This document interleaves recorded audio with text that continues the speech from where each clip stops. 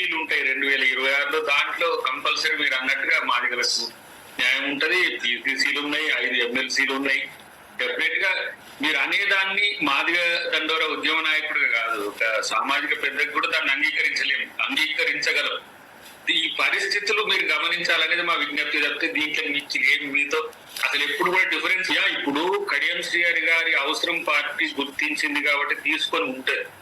But ఇక్కడ కడియం గారు, మందకృష్ణ మాదిగ గారు కూడా దండోర ఉద్యమంలో కలిసి చేసిన రోజులు నేను చూసిన, నాకు తెలుసు. కానీ సుదీర్ఘకాలంగా మాదిగల అస్తిత్వం కోసం పోరాడిన నేత మాత్రం ఎంతమంది నాయకులు ఉన్నా కృష్ణమాదిగ గారి, దాన్ని నేను కాదనలేను. కాంగ్రెస్ పార్టీ నాయకుని కాదు, మాలమానాడు అధ్యక్షుని కూడా దాన్ని ఒకరోజు డిఫర్ అయిన తర్వాత ఒకరోజు కలిసిపోయినప్పుడు కూడా నాకు ఆ స్ట్రింజెంట్ ఒపీనియన్ ఉంది. వేరే ఇప్పుడు రాజకీయాలకు వచ్చినప్పుడు మాలమానాడు అధ్యక్షునిగా మాలకు 9 ఎమ్మెల్యేలు వచ్చినా కూడా ఆ మాల ప్రయారిటీలో నేను లేదు. ఎంపీలు 2 మాల ప్రయారిటీ వచ్చినా నేను ఆ మాల ప్రయారిటీలో, నేను కాంగ్రెస్ పార్టీ కాబట్టి నేను సహిస్తా, నేను ఓపికతో ఉంటా. కానీ తను ఎప్పుడు అట్లా ఉండలేదు. ఎవరు మందకృష్ణ మాదిగ గారు కాంగ్రెస్ పార్టీతో కలిసి ఉన్నప్పుడు కాంగ్రెస్ పార్టీ మీద కొట్లాడిండు, టీడీపీతో కలిసి ఉన్నప్పుడు టీడీపీకి ప్రాతినిధ్యం మా వాళ్ళకి పెంచాలని కొట్లాడిండు. ఏ పార్టీలో ఉన్నా తను మాదిగ అస్తిత్వం కొరకు కొట్లాడిందంటే నేను ఎట్టి పరిస్థితుల్లో నేను దాన్ని చేయలేను. కానీ ఇదే మొదలు ఇదే చివరి కాదు నాకున్న సమాచారం. ఎందుకంటే సిఈసిలో కూడా ఇది అడ్రస్ అయింది, వారి యొక్క ఒపీనియన్. అక్కడ మాదిగ దండోర ఉద్యమ నేత ఇంత పెద్ద ఎత్తున మన మీద విమర్శలు వస్తుంటే ఎందుకు మనం దేని మీద చేయలేదు అనే ఒక డిసిషన్ అక్కడ వచ్చింది.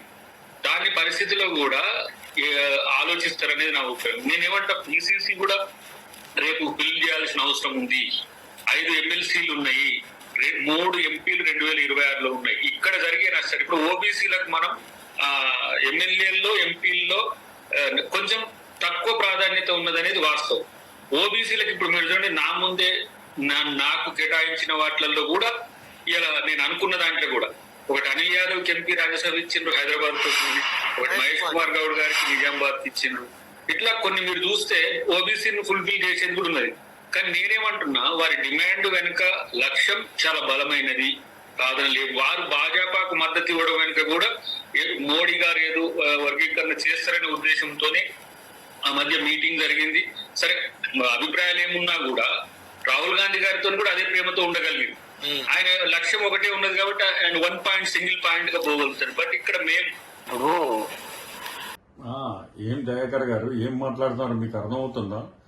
మీరు ఏం మాట్లాడుతున్నారమ్మా? ఉద్యమాలలో ఏం చేసినావు, ఏం బాగుపడ్డావు అంటున్నావా? మీరు ఎప్పుడో ఎక్కడో అన్నలలా తిరిగినని మీరు ఏదో ఉద్యమాల్లో ఉన్నామనేసి ఏదో చెప్పుకుని తిరుగుతాను. అప్పుడు ఈ ఉద్యమాలకు నీకు సంబంధం లేదు.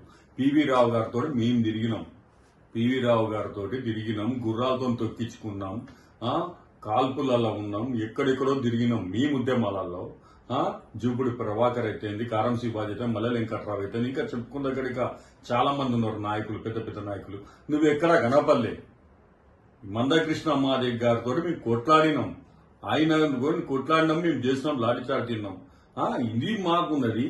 నువ్వేదో చెప్పి నేను కాంగ్రెస్ పార్టీలో మాకు ఎమ్మెల్సీలు ఉన్నాయి, ఇంకా ఇవి ఉన్నాయి, మీకు నీకు పంచుతారా, ఇది చేస్తారా, మీరు మాదిగలే అంటే నువ్వు మాదిగలకు సపోర్ట్ చేసుకుంటే చేసుకో, మేము కాదనం. మేము ఇప్పటి వరకు ఏ పార్టీలో ఉండి ఏ ముఖ్యమంత్రికి ఎవరికి సపోర్ట్ చేయం. మేము అర్థమైందా? ఉన్న ఒక తీరే ఉంటాం, లేకున్నా ఒక తీరే ఉంటాం.